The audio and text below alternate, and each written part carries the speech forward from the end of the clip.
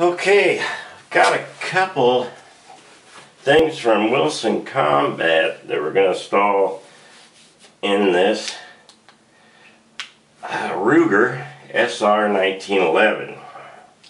So I'll be making two videos. The first one we're going to do is going to do this hammer spring. So got that right there, and first thing we got to start off with is removing this mainspring housing. But one of the little tricks we're going to do is we're going to rubber band the safety down.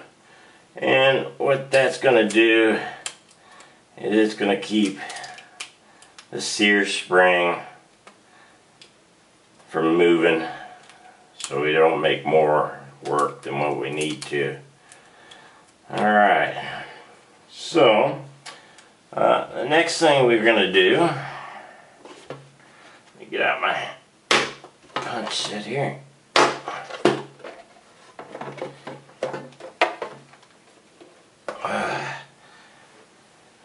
Well, gotta show you that need to drop the magazine.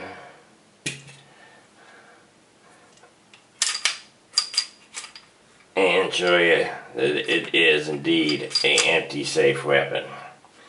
Alright, so at this point I think I'm going to put the hammer back, and what I'm going to do is get a punch. It fits in nicely in this hole here, and of course these only come out one way. So see, on this end you got a button head. You're not going to drive it in, so you know it has to be driven this way. So this is where we're going to start. We're going to start just giving that a little tap.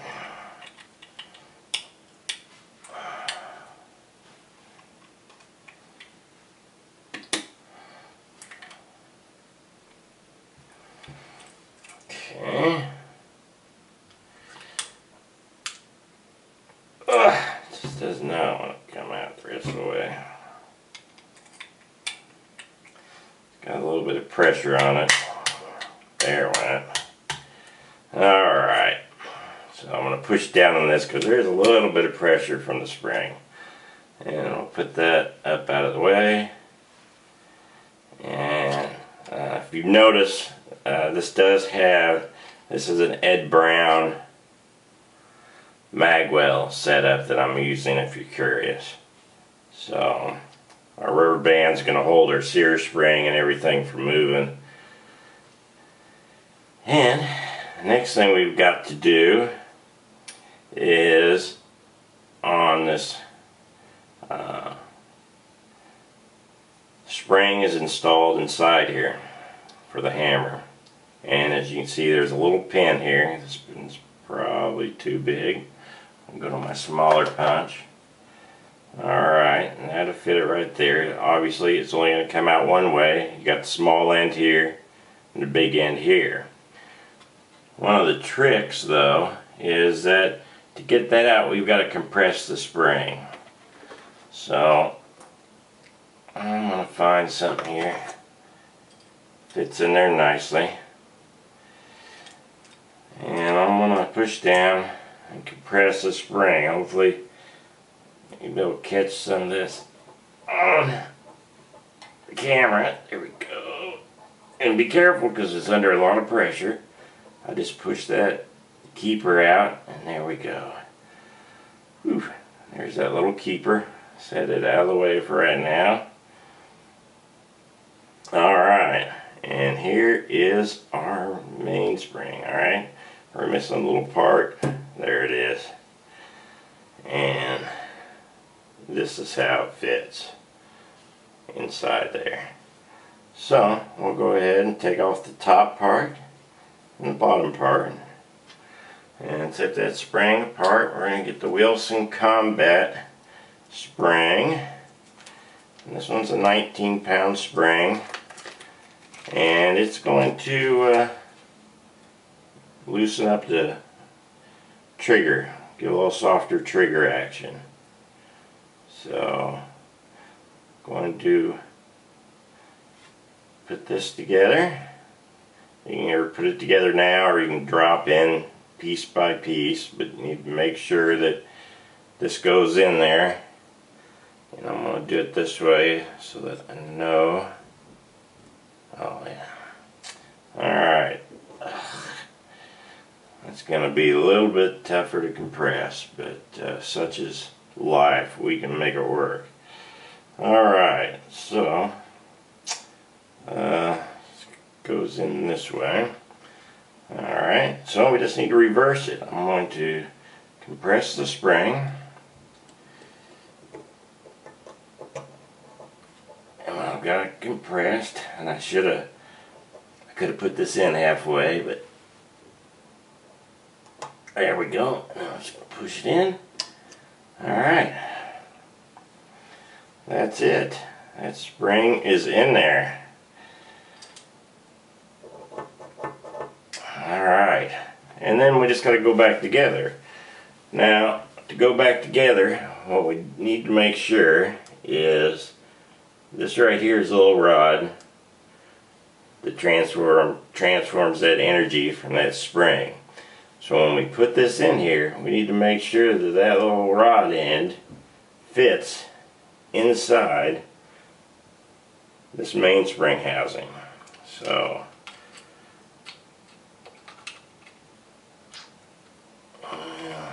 get this going here.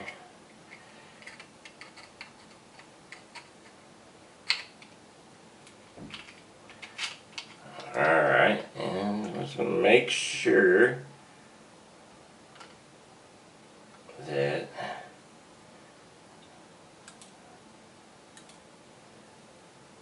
alright. One of the ways I know that I'm in there is I've got some resistance, so I know that spring's working. And that's one of the things we're going to have to do to get this pin back in, is that we're going to have to compress that spring, or the hole never line up. One thing to do to make it a little easier is that I'll try to compress it, and we'll put in a bigger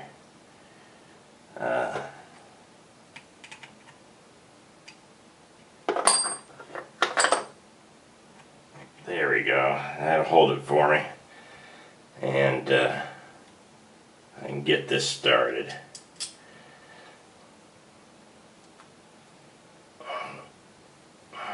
So, alright, well, we're going to have to tap it.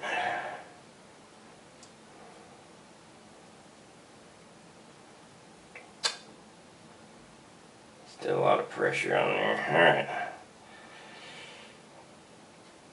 Alright, well, I'm going to give up on the, I need like a little block, hammer block.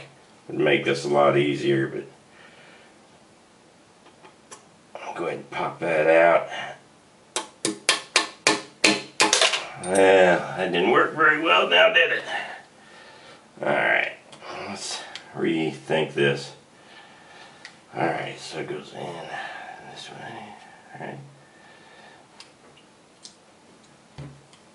Alright. There we go.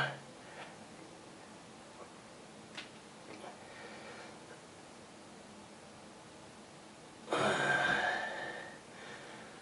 that right?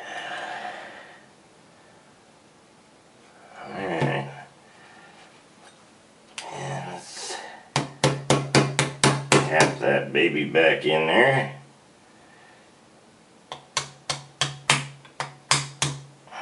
Alright, got a nice flush fit there, and got a nice flush fit there. Alright, so as with anything when it comes to these gun works, sometimes you just gotta stick with it. Don't give up. eventually you'll get it figured out. Let's make sure that everything works properly. Alright, safety's working.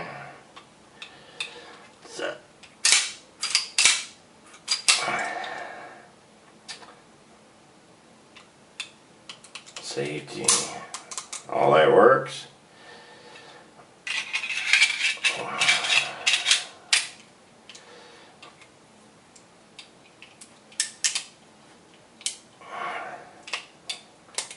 Alright. And we're in good shape. So, simple as that, guys. The mainspring has been changed in this Ruger SR1911. And again, all the 1911s are basically the same. It's a pretty easy thing to do. The addition of this magwell is not any different than if you didn't have the magwell. It's the same actions apply for doing the installation. So hopefully you guys have learned something, and good luck tooling around with your 1911.